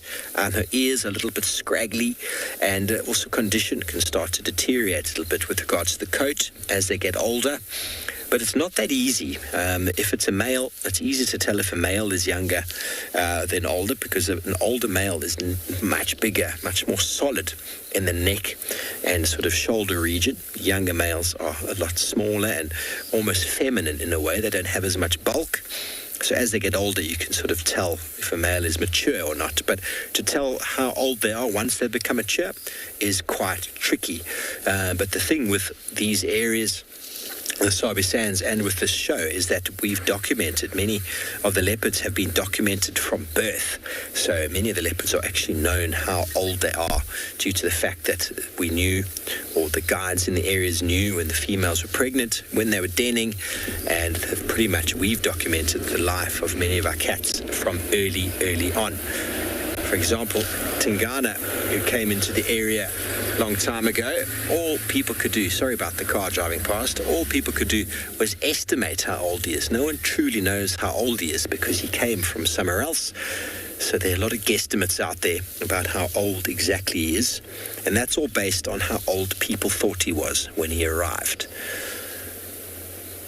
So there's no hard and fast rule. But in general, females get up to 13 to 15 years, maybe 16 years of age, and males between sort of 11, maybe 12, 13. It's generally a good age for these individuals. But obviously you have outliers in the population that live longer. But it doesn't look like Tandi's going anywhere right now. So we'll stay with her, see what she gets up to while we join Kim, who's enjoying a waterhole full of activity.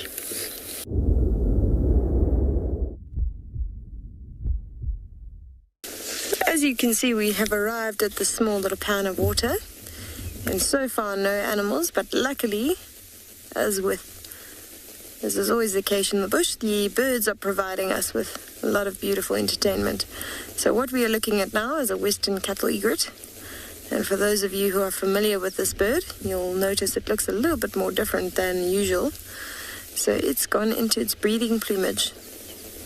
Really stunning. You can actually see that little sort of orangey band down the back. Almost looks like long hairs. They're just very long, dainty feathers. And you can also see that crest on the top has also got that very sort of orangey color. So it's busy displaying its breeding plumage. Not all western cattle egrets will have this plumage this time of year. They breed all year round, so there's quite a distinctive trend around this time of year though. We'll breed around here now, but not all of them will have this plumage. You can see it's doing quite an interesting little walk around. It's looking for something to feed on. Time walker. Indeed, it is a funny-looking bird. It's quite a common one that you see out on safari, though. This one's often... Oh, look, it actually managed to catch what looks like a little bit of a grasshopper there. Interesting. I could be wrong, because it's weird to see a grasshopper along the edge, but it did look like a grasshopper to me. So, this western cattle egret will often be around rhino and buffalo. And it's because it waits for insects to get scared up as they're walking through the grass. So that's where you most commonly see them. But also along the edges of water, you'll also see them sometimes.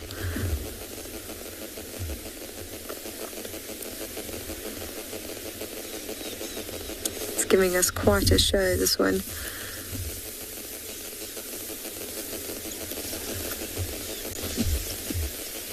You can hear some ring-necked doves in the background.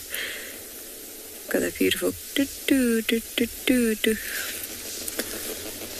Oh, on the far right, we have another stunning bird. Now, Glenn, if you can see it, the pin-tailed wider. It's just on the far right bank, maybe 2 meters You got it. Okay. Oh, it's just flown off. That is a really stunning bird around this time of year. It's actually changed its plumage completely. Let me get my bird book out, and I'd like to show you what it looked like before. The very distinguishing features. Any time of the year, you see that very, very bright red bill. But you can see this is how the non-breeding male and female look. So normally, any time of the year, you'll see around that section, that's what they look like. And around this time, you can see that the male changes color completely. He actually goes from this little brown, general browny color with quite a bit of black involved to just a black and white, and then of course grows that very, very long tail. And it's quite an interesting adaptation because it does hinder him. You can imagine flying around with such a long tail adds quite a lot of weight to the flight, and also makes it very, very easy for other things to be able to catch him. But the whole thought process behind it is that the males that do succeed with this long tail and survive nonetheless indicate to the female that they have very strong genes, and that's why they grow that long tail. The females are then attracted to them and will want to reproduce with them. And whenever you see this kind of adaptation, any adaptation where the male looks very significantly different to the female and puts a lot of energy into that breeding plumage, you'll often find that they mate with more than one female, that they actually reproduce with more than one female. The monogamous birds, like doves, most of the birds of prey, the females and males look almost identical. So that's quite an interesting way to tell the difference.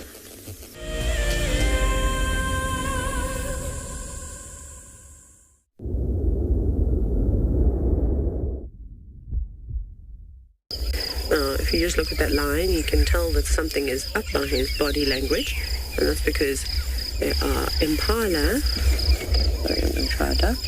and zebra quite far away from him still, you can see. So he's keen, but he has got a huge gap, a massive open area as his biggest hurdle this morning.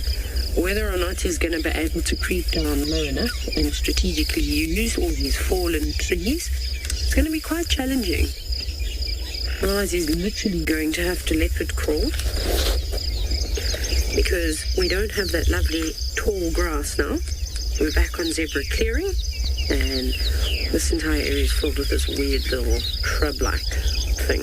I don't even know what it is, but it's a terrible plant. And he's going to have to drop down nice and low. So he's just staring at the moment. I don't know where the other lion has... Oh, there he is. Never mind. I know where the other lion is. He's just to the right and behind him. I don't know if you can see him, Kat. Also standing here, you get a very nice view of how big his mane is. There we go. Right, boys. The lion on the right might be a little bit older than this one on the left. Maybe just.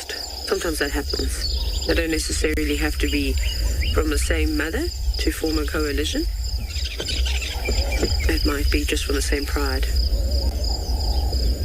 Kayla, lion's vision is very good. It's one of their best sort of senses, but their eyes are designed very differently to ours, like our eyes. Their eyes are designed to pick up movement. So obviously we see all these different animals and they've got these beautiful markings on them.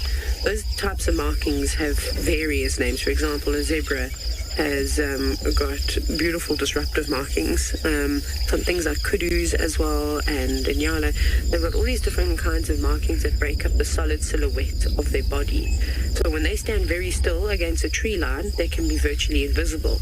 But as soon as they move, any movement, the twitch of a nose, the twitch of an ear, swish of a tail, something like a lion or any of the other predators will be able to pick that up very, very quickly. Their vision at night time is far better than ours. I think it's about 8 times better than ours at night. But yeah, it's just really unbelievable. There's also elephants, which we can't see right now, but I suspect that they're going to pop out onto zebra clearings too, which will be epic. It will be interesting to see what happens then. Now, Gert was just telling me just before we went live that he saw this male last week. He said that scar on the nose is definitely the same one. So they've been around here for maybe not last week, but 10 days ago, hey? A bit long, yeah, 10 days ago.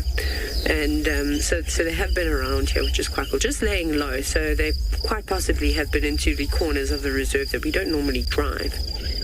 I think that lion has now also spotted the elephants in the distance. You can see he's not focusing on the zebra and impala anymore.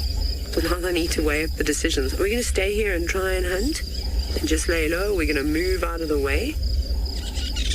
Or I would just sit, if I was a lion, I'd just kind of sit, maybe huddled up against a shrub. I don't think you can see the elephants now, but they are right there. Between those two trees, yeah, there we go. There's one elephant. Can you see it? Just creeping out of the tree line. I think it's a breeding herd that are in there. But you can see it's not long before they're going to pop out. Not uncommon to see so many different animals. Okay, the boys are on the move again. They are just sticking to the longer grass. They might even just lay down. There's one, and a boy. So that's a nice ID feature, right? That scar might eventually heal and disappear. I don't know how deep it is. That's the thing with scars. They don't always last forever. It depends on the depth of the wound. Looks like a big cut, maybe. Him and his coalition partner just got into a bit of a box over a carcass. It'd be quite easy for them to catch lots of impala lambs, but they need about 3 impala lambs each.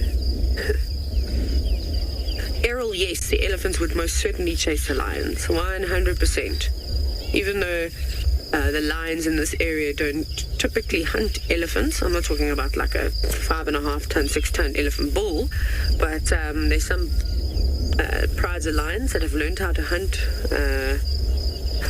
elephants, which is very, very cool. These lions, however, are not going to hunt an elephant. I'm almost certain of that.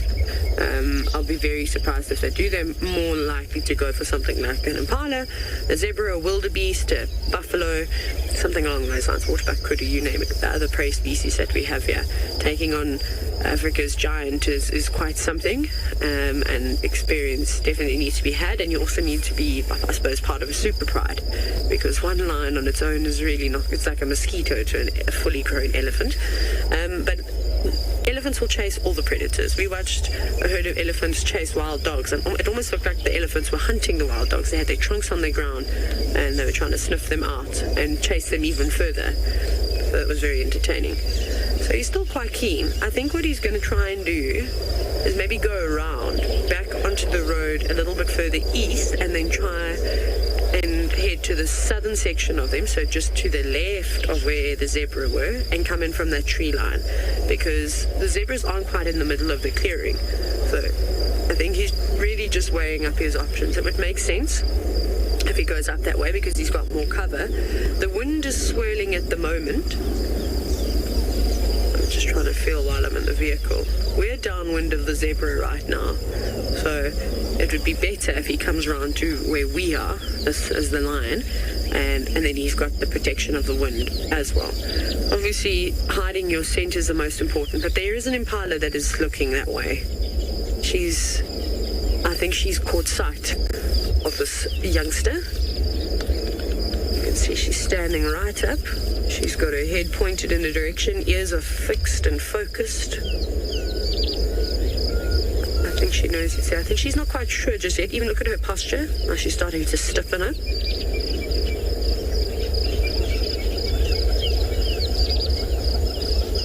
So if he is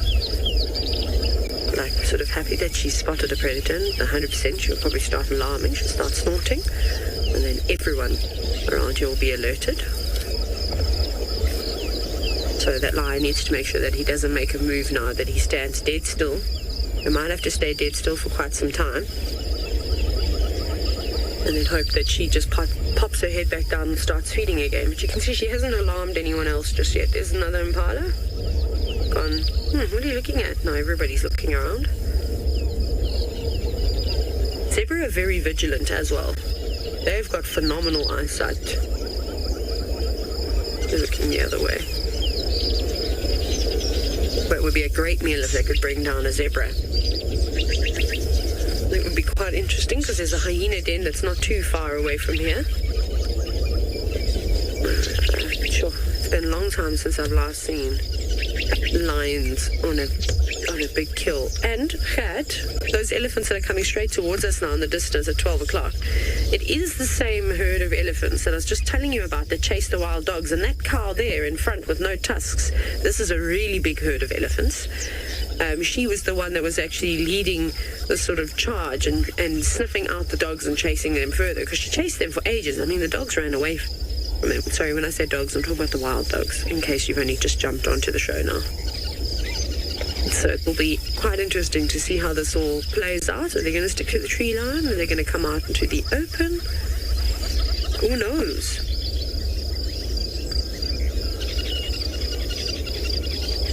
But luckily the lions are also downwind of the elephants, so I don't think that for the most part, I don't think that the elephants are going to pick up on their scent. So now it's only going to be if the elephants spot the lions. Yeah, so that's not too bad, but they rely more on their sense of smell.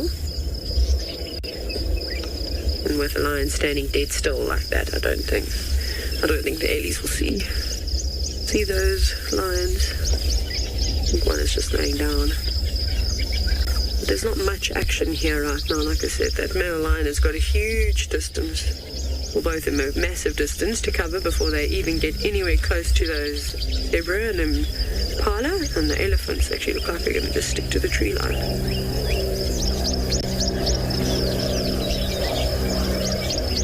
There's just an aeroplane going over now.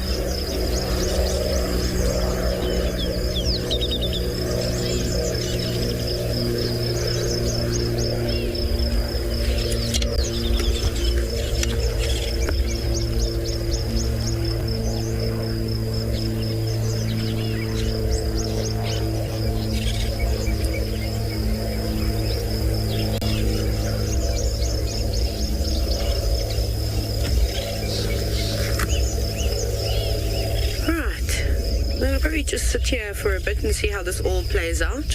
Sometimes these things can take hours, or sometimes they happen quite quickly, but off we go across. Steve has finally managed to get into the wild dog sighting.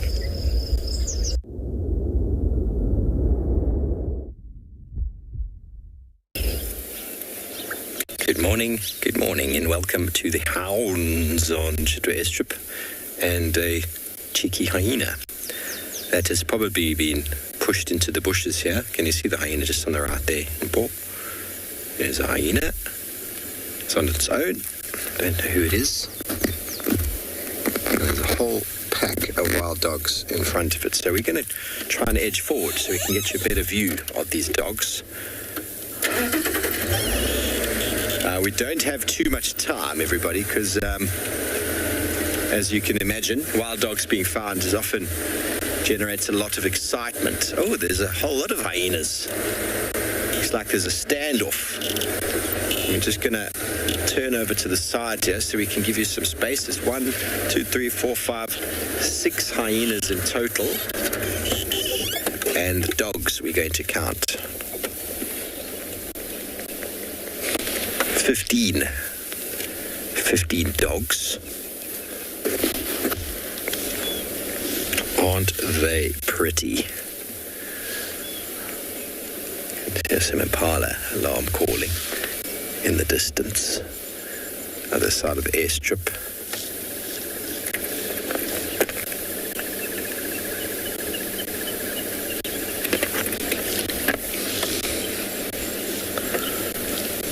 Might work out for us quite nicely because we just come in.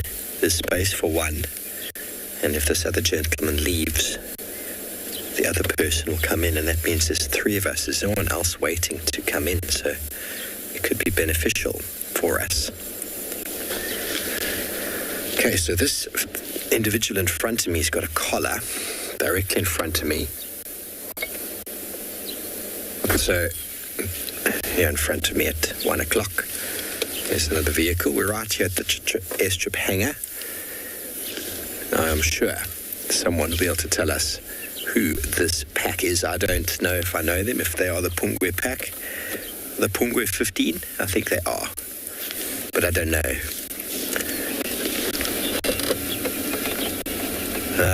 Thank you, James. James is on it. Okay. Dogs are on the move. Okay, this is going to happen. The female, that looks like a male, it's just gotten up. And the doggies are going to move. And, well, we are going to try and follow them when they do move. It is often a very quick affair when they start to move, and the hyenas are going, go get us some breakfast, dogs. 6 hyenas versus 15 dogs. Look at the attention. We saw the lions hunting yesterday, and their attention was focused and stealthy. Dogs will also be quite stealthy for a period of time before they launch off into a very fast run, which is often happens. Oh no, you're going to go behind me, are you? Look at this. Hello, doggies. Come and walk past me and say hello. Oh, I love these guys. Love them to bits.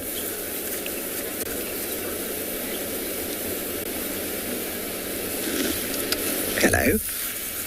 Are you interested in my car, are you?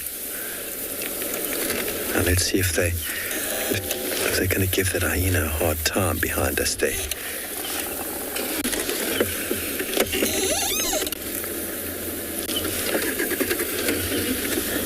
Okay, here comes it. Old Scraggletooth over here is about to walk past. She's looking quite full. Maybe she's got more puppies on the way.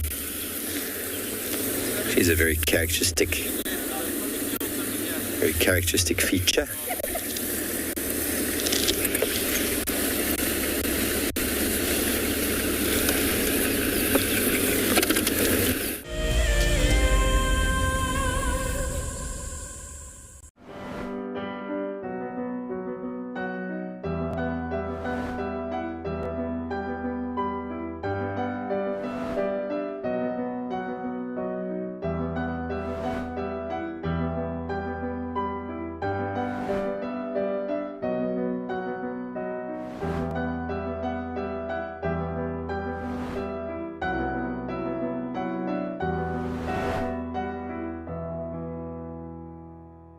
So in 1998, we had this idea to go and put a live web camera on a waterhole somewhere in the Sabi Sands next to the Kruger National Park. And I approached just about every single landowner, and everybody thought I was completely crazy until I met Yuri and Pippa Moorman.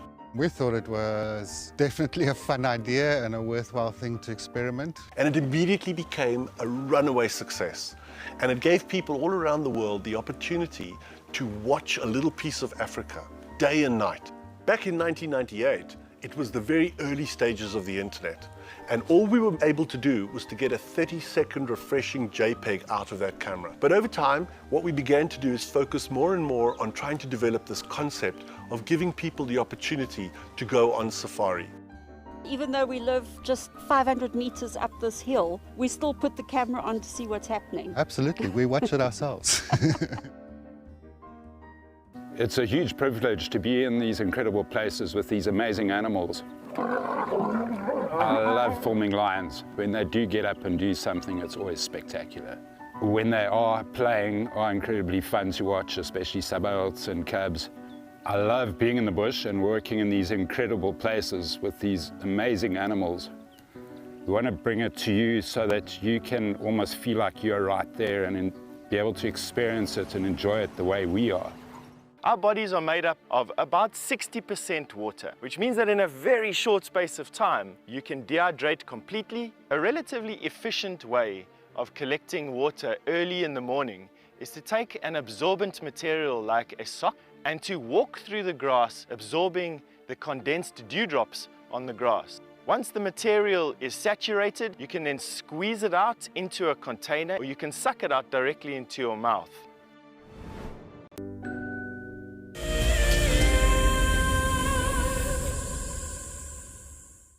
We've managed to somehow scrounge out a view of these cats in amongst the undergrowth. We came around to another little road that's on the eastern side, as I was saying, of the drainage line, and we've managed to somehow, like I say, get a view of some spots through the thicket. I'm hoping that they're going to move a little bit and we'll get them kind of a little bit more out in the open than what they are at the moment, given that it's pretty much just spots behind some leaves for now. With the cub being as vociferous as he has been this morning and moving about, I'm thinking that maybe, just maybe, we're going to see him irritate Mom enough for them to move and for us to be able to get a decent view of them. If we had the river that we could drive, I mean, we would have a 5-5 view of these guys, but unfortunately they're lying between the river and the thickets, and the river itself is still flowing, and so that will just be a suicide mission for Rusty. Poor Rusty would be up to its axle in soft sand if we drove in there now, which we're not going to do at all. We're going to rather stay on the bank, and we'll have kind of blurred spots for now. Not blurred spots, but obstructed spots for now. Eventually, I'm sure these two will move and come out. I think they're going to rest here for the day. I don't think we're going to see them move too far from this area. There's water, there's ample shade, it's getting hot, their tummies are fairly full, and so I expect that both of these guys will stay here. That's the cub that you're seeing now, I think. I mean, I'm battling to see on my screen because of the glare, but it looks like maybe that's the cub. Mom was also down here with the cub. They were both together at one point, so I'm pretty sure she's just lying up. I was hoping they were going to go lie down in the riverbed. There's actually a sandbank that's developed that you can see from the road, and it looks like this beautiful cold sand, so I would have thought that they might go lie there, but maybe it's just a little bit too damp still, and when they actually stand there, maybe the water seeps up through the sand. You know, sometimes sand can look like it's okay, and then when you stand there, it's this kind of slow rise of water as the sand is displaced, and maybe that's what's happening at the moment. And that's why they're not actually sitting in the sand itself, but rather on the bank of the Mulawanini. But you can see now how everything out here is a game of chance and luck. And you'll find that with these guys, I mean, if you look at this sighting now, if you drove here, the chance of you seeing this would be near zero. I mean, that's very zoomed in view of this leopard. If you come out, its spotted pattern is blending in better than you can imagine in those shadows. You're finding that you've got, you know, kind of that lighter color with those black spots, and how that blends in with the environment and with the area is really makes them tricky to see. And it's why we've been struggling a little bit in finding them. You've got to just right time, right place, and we got lucky that they were out in the open and we could spot them from quite far a little bit earlier. Otherwise probably wouldn't even had the sighting, and that's a 5-minute difference that we're talking about. Tyler, do leopards mark their territory? Yes, they mark their territory. These cats basically will walk along, lift their tail, and they'll urinate, particularly on the sides of roads and game paths, and that's a chemical signature that they're leaving behind for other animals to know that they're there. On top of that, you then have defecation marks, so they'll defecate, which is, you know, poo basically on pathways or roads as well, again leaving a scent trail. And then the other way that they mark territory is by audio. So they will call, they'll have a rasping, sawing sound, and that call will indicate to other leopards that there's a territorial individual in the area. So a few ways that they do it. And also, I suppose, they rub their face on bushes too. That's also a chemical signature that's left behind.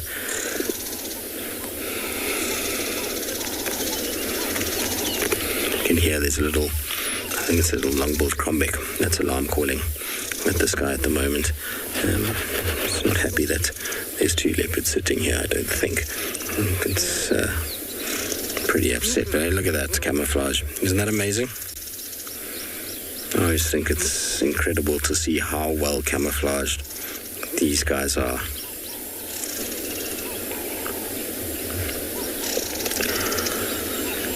This little piggy, so males are basically double the size of females when they're fully grown.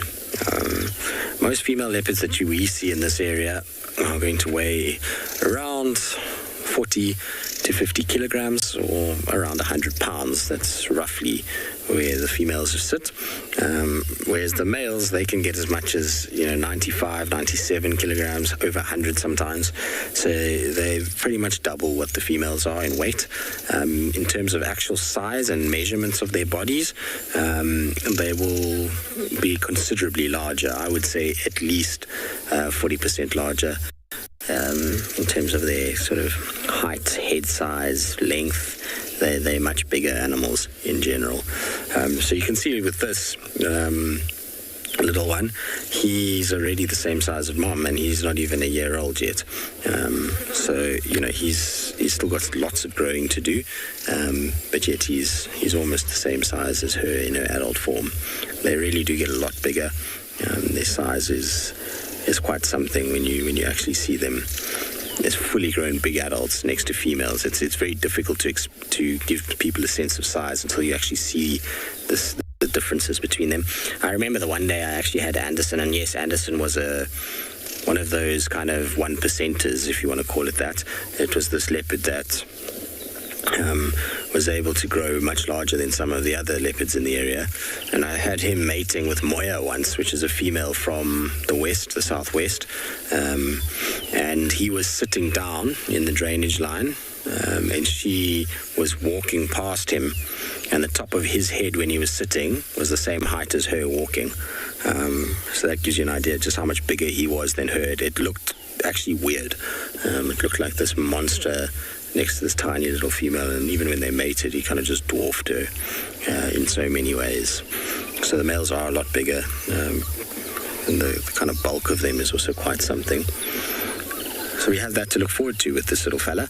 I think he's going to be a big boy. He's got nice big feet. His tracks are already way bigger than his mom's. You can tell them quite clearly apart already. His is a much bigger, rounder track than what she's got. And even Kuchava, her little son, his track is also nice and big already. So big feet, big ears, often they grow into it.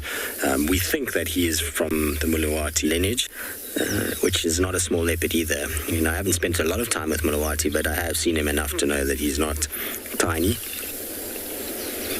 He's a fairly decent sized individual, and so he will have passed on some good genetics. And Tandi always produces beautiful boys, very stocky often in her lineage. So I'm sure he will be an absolute showstopper. He's already relaxed a lot more, so wherever he goes, they're going to inherit a really good leopard. I really don't think we're going to see, these young boys spending much time in the areas that we traverse. They might distribute into somewhere where we see them a little bit more, but chances are that they're going to, by the time they reach 2.5, 3.5, I think we're going to see them moving on. Thankfully, that's only, in a year and a bit's time for pretty much all of our young boys that are around at the moment. Sibui's little male, and this one and Kuchava, they all kind of got a fair amount of time left still in the area. I'm hoping one of the young boys ends up coming onto Djuma. Nice when we have one close to camp. Becky, so the most that I know of is 4, but on average 2. The most I've ever seen myself with a leopard is 3. So I've seen photos of leopards with 4 in the wild. So we're not talking about any sort of captivity or breeding program, because sometimes that can be influenced by hormones and all kinds of things. But 4 in the wild is the most that I've ever seen photographic evidence of. But firsthand, 3. I think there was a report, actually, I might, hang on a second. I remember having a conversation with somebody at the end of, was it last year or middle of last year, where they said that they had photos of a leopardess with 5. But I don't think I saw those photos. can't remember now actually, but I've definitely seen of 4, which is amazing. Imagine that poor leopardess to have to raise 4 cubs. It must be an absolute nightmare. Also, from a food point of view, it would be, I mean, if she has 4 boys, just can you imagine this, 4 males? And by the time they reach a year old, she's basically feeding 4 adult female leopards, which is a serious amount of food. It is no joke to find that much food, and that would just become near impossible, I think. That's why we often find that leopards litters of that size don't really do well. I haven't seen a female raise more than two independents in quite a while. I mean, it does happen, but it's been a while since I've seen it, and personally haven't actually seen it happen at all, where all 3 have made it to independence. I think Kalumba's going to be just like her mom. She's going to be sneaky. She's going to understand the value of keeping her cub hidden. She's going to be able to figure out a way